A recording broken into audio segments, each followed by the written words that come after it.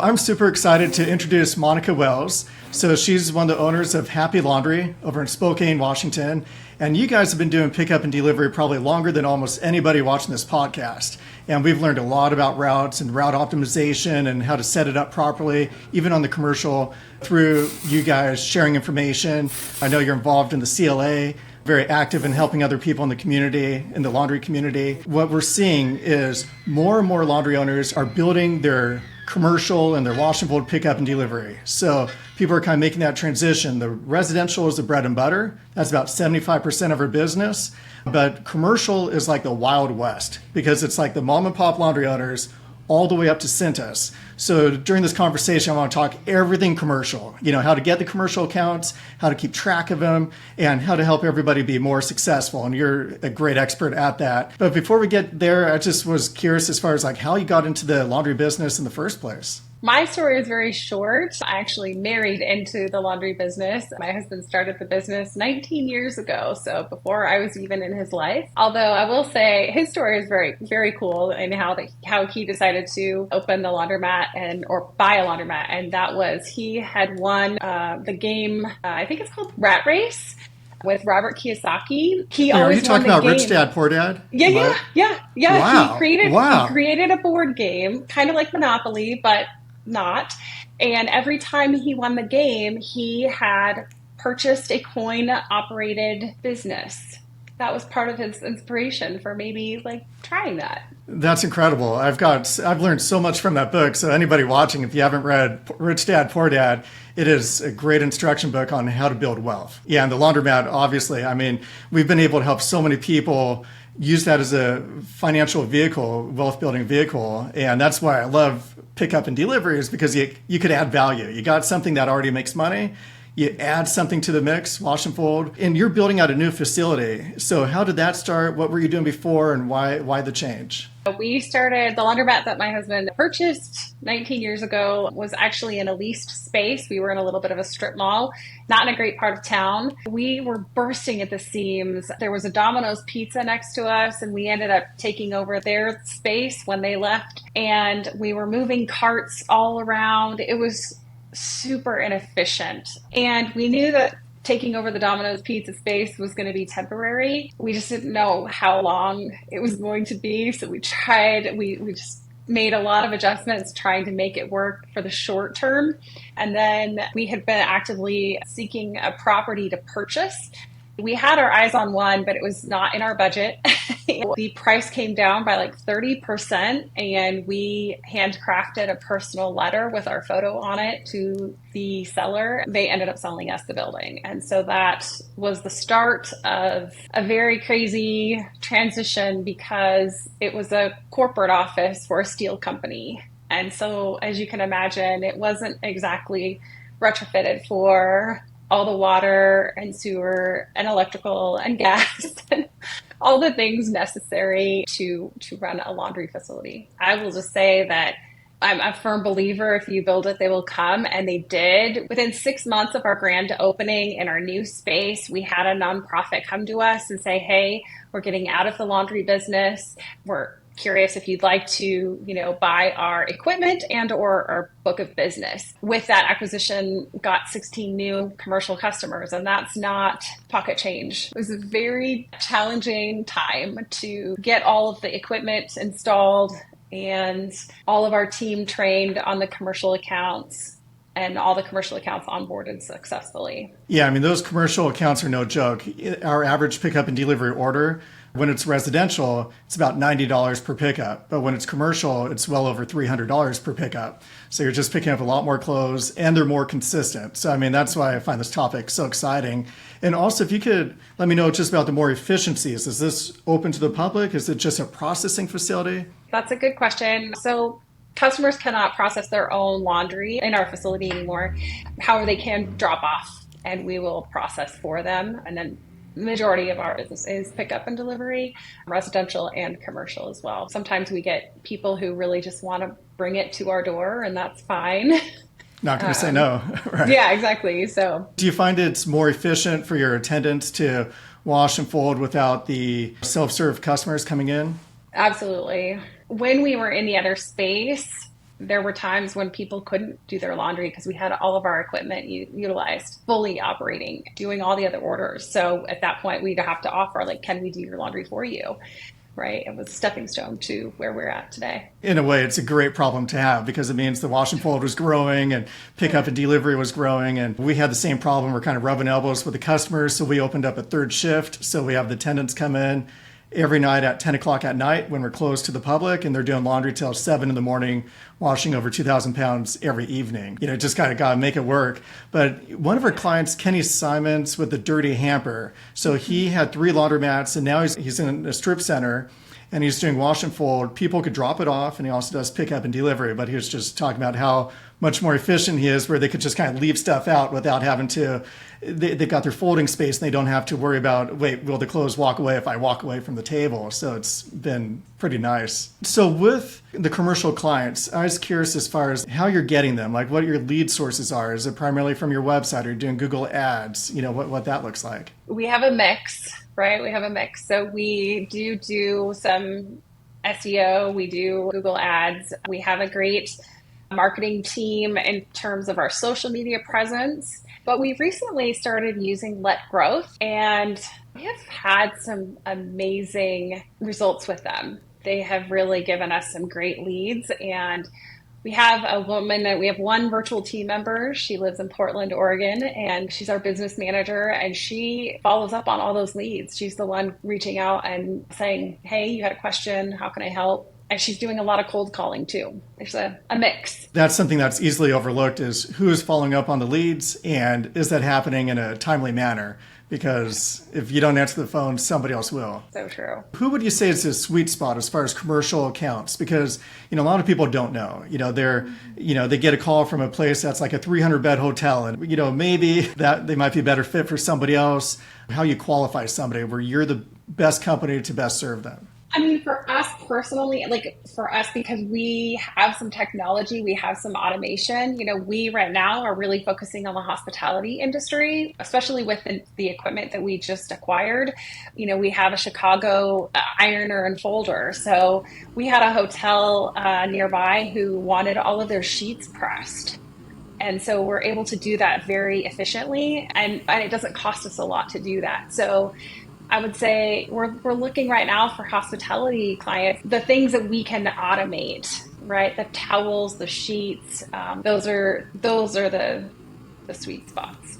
And you guys recently, or maybe not so recently, purchased the full-text folding machine, to help with the linens, and so that helps with the automation. I guess that goes back to, if you build it, they will come, because now you're set up for success to get those hospitality accounts. Yeah, I have to give a lot of credit to my husband, because when we went to the Clean Show in, I want to say 2019, we looked at the full text, and I couldn't even wrap my head around the technology that I was seeing. But we ended up getting a full text before we moved into our new space.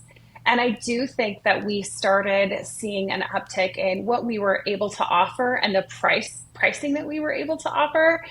And then, of course, we moved that machine to our new space. That creates a lot of efficiency in how many orders we can process in a day. That capital equipment is like a barrier to entry. So when you have the folding machine, the ironer, those are all opportunities to kind of where you're not competing against as many people, because you've got something unique that makes you special. We got a personal thank you from Mike Floyd with Continental, or Gerbau, it's just saying, hey, with Curbside Laundries, we've been able to help a lot of clients grow their commercial business significantly, and that's actually created demand for their new machines, that are both for self-serve customers, and then you can flip a switch and it becomes specific for your attendants. So it's like it's a whole new venue where you're seeing these laundromats, and you were there, with the individual laundromat, and now you guys are doing a lot more commercial. I love that. That's awesome. What percentage would you say is your commercial versus residential? I would say probably 65 to 75% commercial, maybe 25 to 30% residential. Yeah, and you guys have done an amazing job branding as well, because you go to your website and there's a whole bunch of original photos, and there's photos of the team, and it makes that personal connection, and it's uniquely yours. Like, nobody has those photos. And that's something I tell people all the time, is like, Get rid of those stock images. You want the website to reflect you. And you guys have done an amazing job on that. Thank you so much. I remember you talking about that in Branson. So that was part of our mastermind retreat. We visited Kyle Reynolds, Laundromat, Ye Old Wash House. He went all the way on commercial. Yeah, you did. Yeah, just want to introduce Kyle Reynolds with Ye Old Wash House. And then we got our buddy Matt Simmons here, with the Curbside. Laundromat. And well, just we should get a plaque or something, because out of all of our clients, we have close to 1,000 clients, using the Curbside laundry software, and nobody is doing more laundry than you. Well, you told me how. I just did what you said.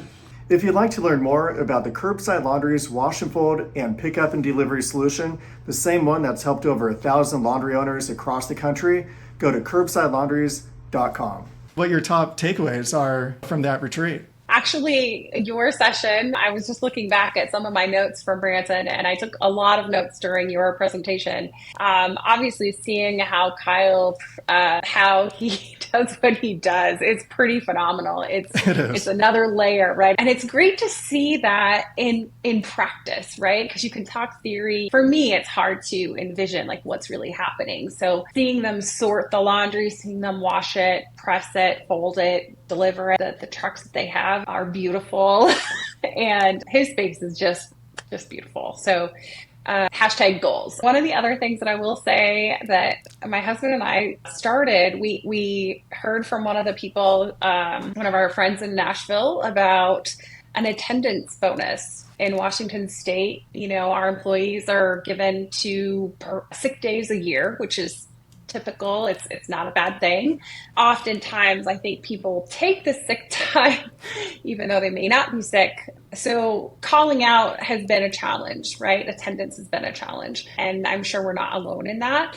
But Steve was gracious enough to talk to us about his attendance bonus. And we did start that at our business at Happy Laundry. And I'm not going to lie, I think we have had some mixed results. I'm not sure if it's the answer, but I think it's an answer. When people show up to work, they get, on average $1, $1.50 more an hour. And we already have a pretty high minimum wage in Washington State. I'm excited to look back on a 1 year analysis. How did the attendance change, or did it? And how much did we pay out in bonuses for this year versus maybe next year? I think, his presentation was great as well, where he provided a whole incentive program. If you have full attendance for the week, the month, and it kind of piles on all the way for the whole year. And then you could get into a pool of maybe sharing tips, maybe, getting an extra bonus. I think it's a really good thing to focus on, because it's a big expense. Kent always talks about the employees are your internal customers. And you have to keep your internal customers happy. Otherwise, without them, you're not making any money. You need your internal customers, your employees, and you need your external customers, the ones who are actually paying for the service. If your internal customers are not showing up to work, which we all have attendance problems, that's a problem. I really liked his approach. I think the one thing that could be improved was he talked about they're in a pool for the entire year. So if you miss like one day, you're no longer in that big 1 year pool. And then it's like you're off the reservation. So I think if there's like a path to like forgiveness, or, hey, get back on the boat and we'll start making money again, no time like today. But I think the whole concept of focusing on that and coming up with a solution is great. I know for us at this point, we are doing weekly bonuses and then monthly bonuses. Because we haven't been doing it for a year, I don't know that we are on that track, but I agree, a year is a long time. And I loved your presentation. That's actually one of the reasons why I'm so glad and thankful that you're able to be on the podcast, because the presentation you shared in Branson was phenomenal. It was like one of those aha moments. And this all goes back to commercial accounts, because people a lot of laundromats and pickup and delivery services don't have commercial accounts. They don't have them yet. And I think a lot of that is a result of not having the right web presence. They might not have the right lead magnets, you name it, or they might not be fielding the calls correctly. But say like you have all that stuff in gear and you are getting inquiries, whether through web forms or phone calls, it's so important to keep track of who's calling in, what prices you're quoting them, because something people don't realize until they're in it is a lot of these commercial accounts, just because they call today doesn't mean they need service today. they might be calling about when the school year starts or before Christmas. And it's really important to be able to know and remember who you talked to and what you quoted them and what their deal is so you don't start all over. And you talked about a CRM, not made for laundromats, but you kind of adjusted it so then it works great. So it's a really affordable, great solution for laundromats and keeping track of those commercial accounts. So if you could talk about that and how that's helped you. Yeah, well, I will say, like, I have a financial coaching practice as well. So that's how I learned about LACRM. It stands for Less Annoying Customer Relationship Manager. I was looking for something that was affordable and that was easy to use and that I could access easily. Those are my three big things. Because if it's not easy to use, I won't use it, right?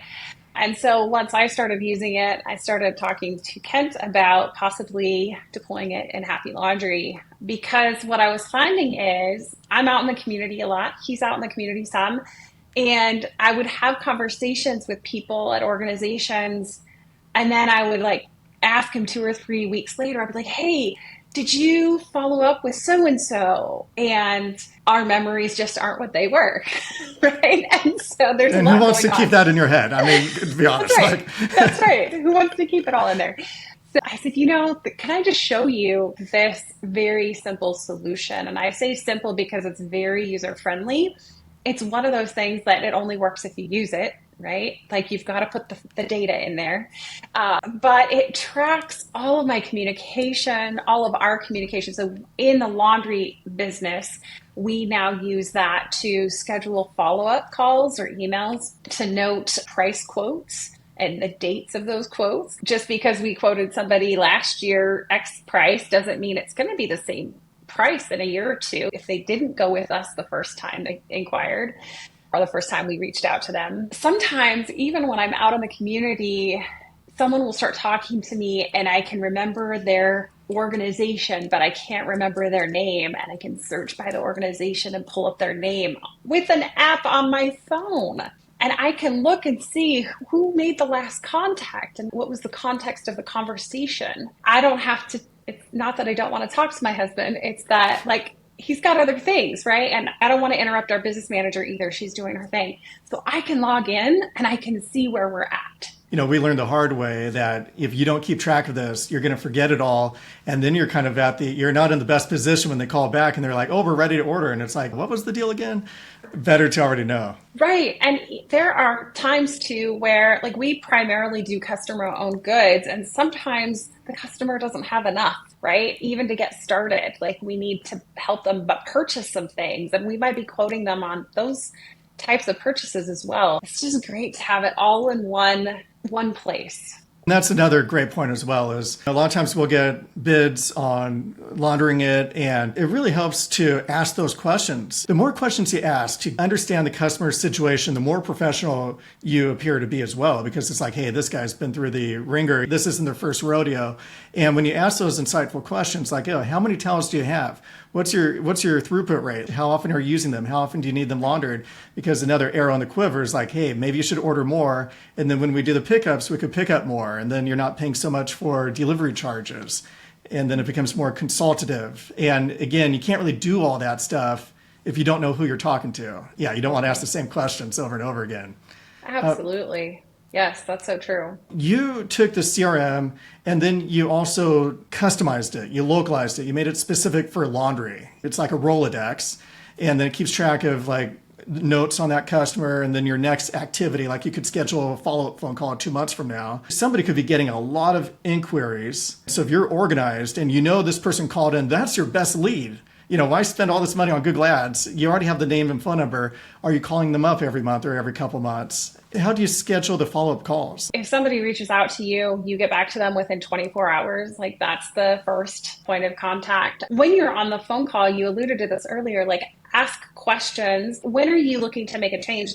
And also, what other vendor are you using? Are you using a vendor now or are you doing laundry by yourself? So having some of those questions really helps set the stage for what the next step might be. If they say, we have a resort in that's going to be adding another tower soon, and they're going to have to shut down their entire laundry plant for their first tower to have it upgraded so that it can accommodate 2 towers. But it's going to be shut down for 2 months. When that construction starts, we've already had a conversation with them. That's something that's in our CRM. So we will be following up with them probably a month before, or maybe in another month, just to see if construction is on schedule. It rarely is, I feel like. But so it really I think for me, it kind of depends, similar with my coaching clients, right? Like if they're like, oh, we're waiting to get paid, or a lot of clients start very specific times of the year, right? Like September or January. And so if they're waiting for a specific time, then I might, wait until a week or two before that starts to reach out and say, hey, like, we talked about this. Are you still needing this service? And so I think that's really important. Like you said, it's the organization. It's showing people that you care about them and that they're not going to get lost in the shuffle. Yeah, one of the things that, I like as well is that you provide the service, if they're interested. They could just get LACRM, if they want, and just get going. I know at Curbside Laundries, we had to pay a whole bunch of money to get somebody to localize HubSpot, which is the CRM that we use, in order to make it work with software as a service, because we have special needs and special lead, magnets, all those things. And they kind of had to learn our business. And then what's neat about you is that you're already in the laundry business. You know the information you need. And then you're able to dial in the software to make it so it fits their business. And then I put a link in the show notes. So if somebody is interested in having you help them dial it in and localize it, you could help them. Just curious as far as why you chose LACRM to manage all your commercial accounts as well, like because there are a lot of CRMs out there. I think influence, right? I don't know, but we would have one if I didn't say, hey, this is really working for me in my business. Which is that is the case for so many things that we have. The full text was recommended to us. A liftgate van was recommended to us. And some of these things we tried and they worked out great. And some of them, we're like, okay, we learned a lesson. That's great too. But LACRM has really been just this, like, it's just a no-brainer. The small investment is it's a no-brainer to keep everybody on the same page. It makes sense. So how much is it? I know prices could change over time, but as of right now, if somebody wanted to go with LACRM, I was just curious as far as how much it costs. Yeah, it's monthly. There's no contract. It's $15 a month per seat. So my husband and I share a seat because I have all his login credentials. We won't tell anybody. Don't tell anybody. Yeah. And then our business manager has her own login credentials. So for our business, it's $30 a month. The amount of friction that it takes out of our operations in terms of sales is just it's just non-existent. And look, if you get one pickup and delivery as a result of this, that pays for a whole year and then some. Yeah, it's a bargain. I mean, it's just something I think people need to do if they're getting those inquiries for commercial accounts. If you're not getting those inquiries about those commercial accounts, let us know at Curbside and we could help you, increase your web presence and look at the whole business landscape and figure out where there are opportunities, because there's a lot of commercial business out there. In fact, we've got clients where sometimes the residential hasn't quite picked up yet because it might be a new thing in the neighborhood and they're still building the awareness.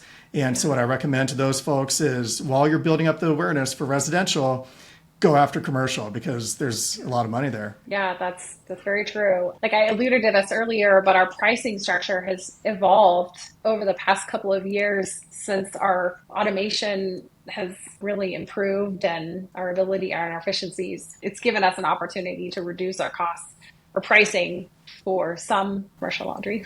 And then, I know you're involved in the CLA's Women in Laundry. What drew you to that and why you feel that's important? So the Women's Laundry Network is an initiative within CLA. I had attended Clean Show in 2019, I think. That was their first event, and they had a women's only kind of luncheon. And I was like, I wasn't really invited, cool. So I'll you try weren't not invited. To. No. I mean, I don't think it's women. I don't think it's only women, but that's what they called it. Anyway, right. So you're still welcome. If there may be tickets for the next one, I don't know. I just have a huge heart for women in business specifically, and it was something that I could really put a lot of energy into. It is a great group of women in the laundry industry, not just owners, but women who work for the distributors, manufacturers, financing companies, software companies, all the people. We come together to support, encourage, empower, and learn from one another. And I have to tell you, I'm just going to do a shout out. This is not related to Women's Laundry Network, but there's a young woman on the East Coast who has a laundromat, and she started a Facebook group. It's called the Lovely Ladies of Laundry. When I joined that group, when I first started with the Women's Laundry Network, there were 800 women in that group, which I was like, that's a lot. There are over 3,000 women in that group now, which just goes to show like there are a lot of women trying to get into this industry. They have a lot of questions, and I'm going to say like the majority of us are either uncomfortable or who have not been treated great by some of the vendors. And so hopefully in this community, we're able to give warm introductions to vendors that we know will treat them well and get them where they want to go, and give them also some reality in terms of what it costs to invest in a laundromat, things like that. Because social media is great, and it's just like, it's an overnight success. 19 years, we're overnight success. Right.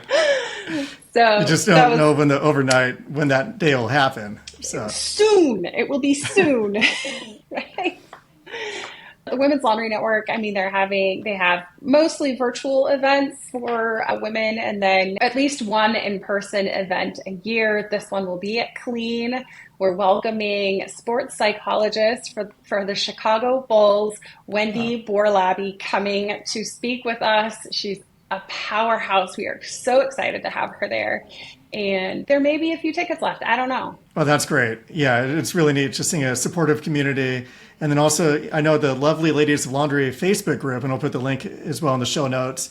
I've just heard really great things about it. So like a really friendly, welcoming group. You know, sometimes on Facebook, if you ask the wrong question, people could just jump at you. Didn't you do a search ahead of time? Or, you know, the answer's already buried on page 5,000. And, you know, here it's more of like, I've just heard it's a very supportive and welcoming group. So I've heard great stuff about them. To wrap things up, you know, as far as if somebody is on the fence as far as getting into pickup and delivery, because, you know, most of the people watching this, they've got their own laundromat. Some are just looking to get into pickup and delivery without the laundromat. But I was just curious as far as what your thoughts are if somebody's thinking about getting into the business. For pickup and delivery specifically, personally, I would start small. I would go after some massage therapists, some like salons that have a lot of like towels, things like that. So those things are very easy to fold, even if you don't have automation.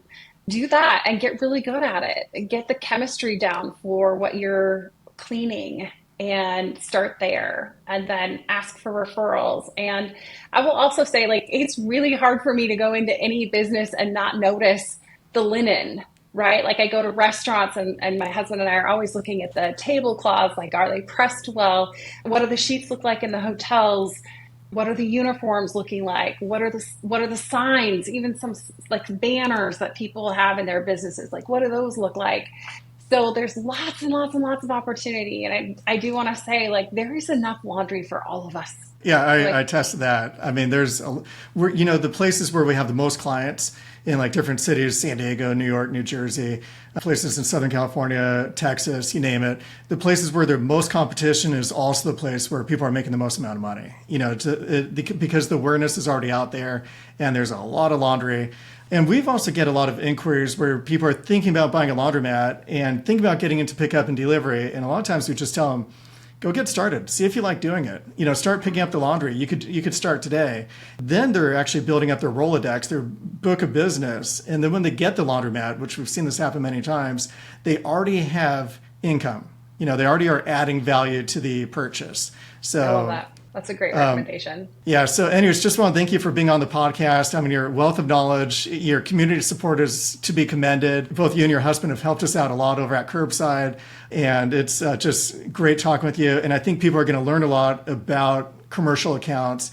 And also, I'll have the link in there as far as the LACRM. You know, if somebody wants to look into that, I think that's just a great way to help build that part of the business. So yeah, thanks again for sharing all that information with the community. Absolutely. Thanks for having me. I really appreciate it, Matt. Don't forget to click like and subscribe, and also leave a comment. We'd love to hear your feedback about this episode. Any questions that you ask will get answered. If you'd like to learn more about the Curbside Laundries wash and fold and pickup and delivery solution, the same one that's helped over 1,000 laundry owners across the country, go to curbsidelaundries.com.